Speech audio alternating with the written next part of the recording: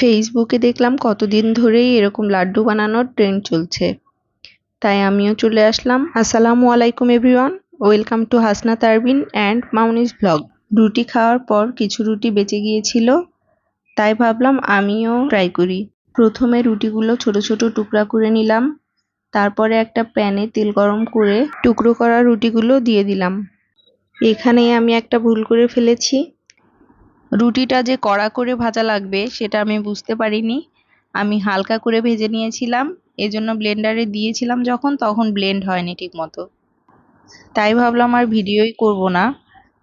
কিন্তু পরে দেখলাম যে জিনিসটা নষ্ট না করে এমনিই ট্রাই করে দেখি, তাই এই রুটির টুকরাগুলো আবার উঠিয়ে প্যানে দিয়ে একটু কড়া করে ভেজে নিয়েছিলাম। এগুলো যেহেতু আমি একবার ব্লেন্ড করার ট্রাই করেছি, তাই একটু গুঁড়া গুঁড়া হয়েছিল, সেইটুকু একটু পুড়ে গেছে। এরপর আমি একটু কড়া করে ভেজে নিয়েছি এবং ব্লেন্ড করার পরে দেখি একদম পারফেক্ট ব্লেন্ড হয়েছে। যেহেতু প্রথমবার ব্লেন্ড করার সময় কিছু অংশ গুঁড়া গুঁড়া হয়েছিল, ওইটুকু তো ফেলেই দেওয়া লাগছে, এই জন্য প্রায় অনেকটাই কমে গেছে। এই যে প্রায় হাফ কাপের মতো হয়েছে মাত্র।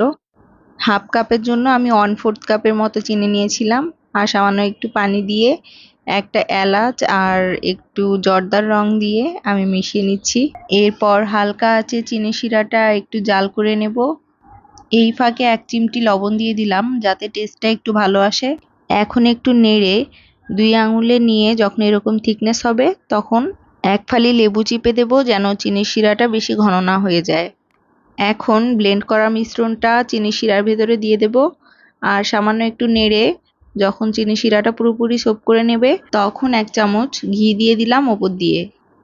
এখন ঘিটা ভালো মতো মিশিয়ে নামিয়ে নিলাম। এখন এটা গরম থাকতে থাকতেই কিন্তু লাড্ডুর শেপটা দিয়ে নিতে হবে, ঠান্ডা হয়ে গেলে কিন্তু তখন এটা শক্ত হয়ে যাবে, তখন শেপটা সুন্দর মতো আসবে না। এই তো আমি একে একে সব কয়টা লাড্ডু বানিয়ে নিচ্ছি। যখন কোনো কিছু বানাতে গেলে পারফেক্ট না হয় তখন এত মেজাজ খারাপ হয়। আমার ফার্স্টে যখন প্রবলেম হচ্ছিল মিষ্টিটা বানাতে, তখনই আমার খুব রাগ হচ্ছিল যে কেন বানাতে আসলাম। তারপর যখন পরবর্তীতে পেরেছি তখন মনে হলো যে না, কষ্টটা সার্থক হয়েছে।